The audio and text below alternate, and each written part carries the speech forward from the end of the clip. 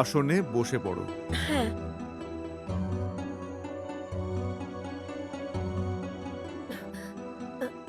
বালিকা, সাধনা করার সময় শাড়ি পরতে নেই। খুলে হ্যাঁ? ফেলো, এটাকে খুলে ফেলো। কি কি দেখো বালিকা, প্রতিটি কাজের জন্য ভিন্ন ভিন্ন বস্ত্র হয় কিন্তু। ঘোরার জন্য একরকম, শোবার জন্য আলাদা, আর বিয়ে বাড়িতে পরার জন্য অন্যরকম। এতে এত লজ্জা পাওয়ার কি আছে? এসো, শাড়ি খুলে দিচ্ছি।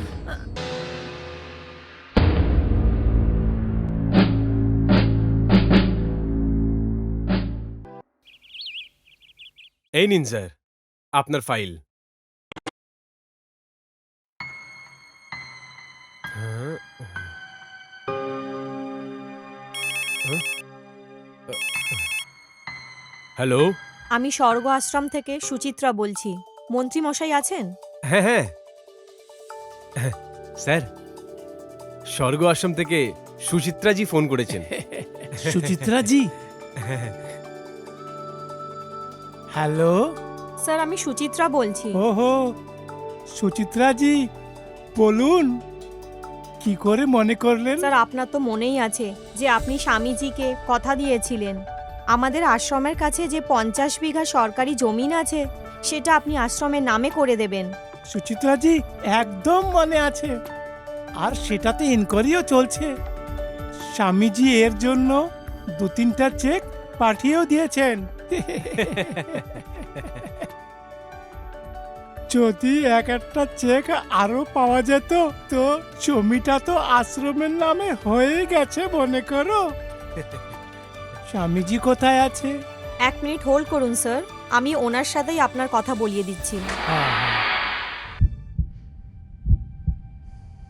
হ্যাঁ, মন্ত্রী মশাই, কি খবর? আপনার এখনো চেক পেয়ে মন ভরেনি নাকি? 2-3 বার তো আপনি নিজেই চেক নেওয়ার জন্য আমার আশ্রমে এসেছিলেন। কোনো ব্যাপার না, আমি একটু আগেই আপনার জন্য একটা দারুণ নাচ গান জানা চেক পাঠিয়েছি। আর আমি জোর করে বলছি যে ওই চেকটা ক্যাশ হতেই আপনি আমার কাজ সাথে সাথে করে দেবেন।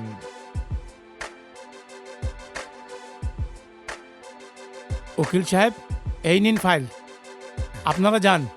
এখন আমার সাথে কিছু দরকারি লোক দেখা করতে আসছে। হ্যাঁ, ঠিক আছে আপনি স্যার। আসুন। ঠিক আছে, ঠিক আছে। নমস্কার স্যার। স্যার, আপনার সঙ্গে একজন ম্যাডাম দেখা করতে চাইছেন। হ্যাঁ, আরে ভাই, পাঠাও, তাড়াতাড়ি পাঠাও।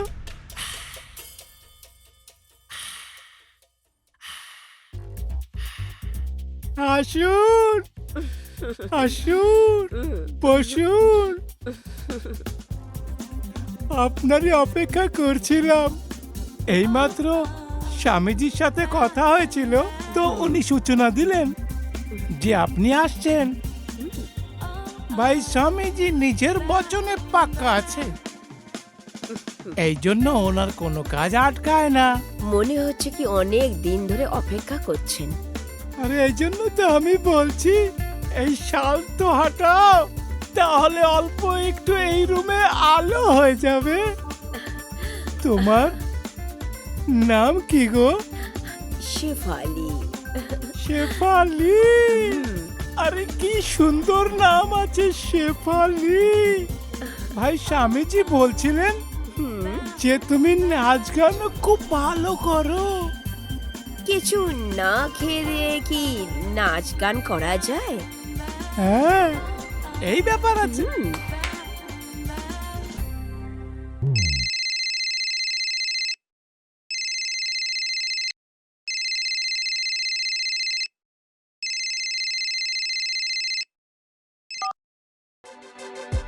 কে? মন্ত্রী মশাই, স্বামীজি।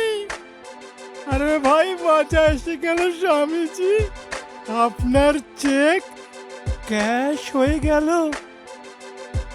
এখন তো কোটি কোটির সরকারি জমিন আপনার হলো।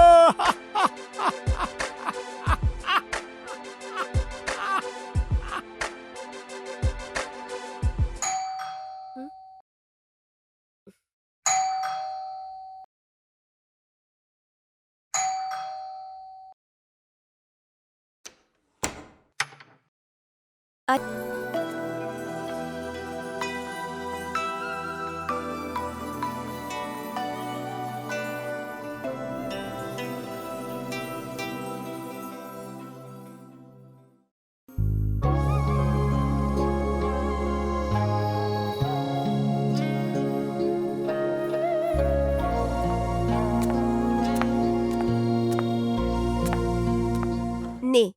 গরম গরম চা খা।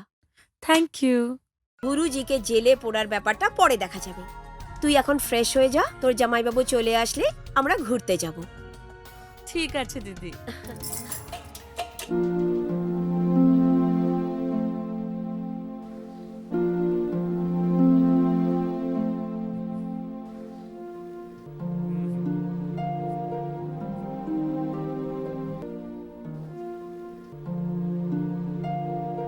গুরুজি, থানেদার বাবু আপনার সঙ্গে দেখা করতে। আসুন আসুন দারোগা বাবু, এবার তো অনেক দিন বাদে পদার্পণ হলো। সব ঠিক আছে তো? সব ঠিক আছে মহারাজ, আপনার জন্য খুশির খবর এনেছি। আচ্ছা আচ্ছা, তাড়াতাড়ি বলুন। আগেরবার লোহার যে হোলসেল কারবারি আপনার কাছে পেটের ব্যথার ওষুধের জন্য এসেছিল। হ্যাঁ হ্যাঁ, ও এখন ভালো আছে তো? হ্যাঁ, এখন তো ঠিক আছে, কিন্তু ও একটা খোঁজ পেয়েছে যে ফার্টিলিটি সেন্টারে অপারেশন করিয়ে ওর কিডনি বার করে নিয়েছে। আচ্ছা, ওই কিডনিটা যেটা মন্ত্রী মশাই শালাকে লাগানো হয়েছিল? হ্যাঁ হ্যাঁ, ওটাই। ও কিন্তু এফআইআর লিখতে আমার এখানেই তাহলে এসেছিল। এখন কি হবে? আরে আরে, আপনি ঘাবড়ে যাচ্ছেন কেন? আমি থাকতে মহারাজের বিরুদ্ধে কেউ এফআইআর করতে পারবে কি? শালাকে আমি ধমকে দিয়েছি, আবার যদি ভবিষ্যতে এফআইআর দায় করতে যাও তাহলে মেরে মাটিতে মিশিয়ে দেব। এখন বুঝতে পারছি যে সকাল সকাল কেন তোমার ওই এসপি সাহেব আমার থেকে চেক চাইছিল।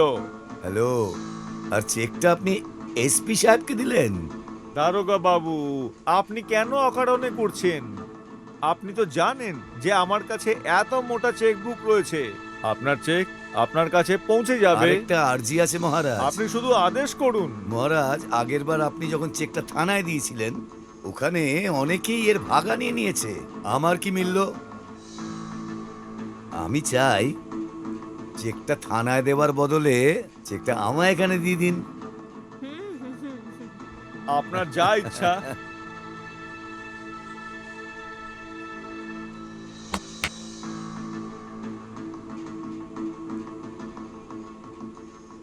শোনো, দারোগা বাবুকে শেফালি দেবীর কাছে নিয়ে যাও। চলুন।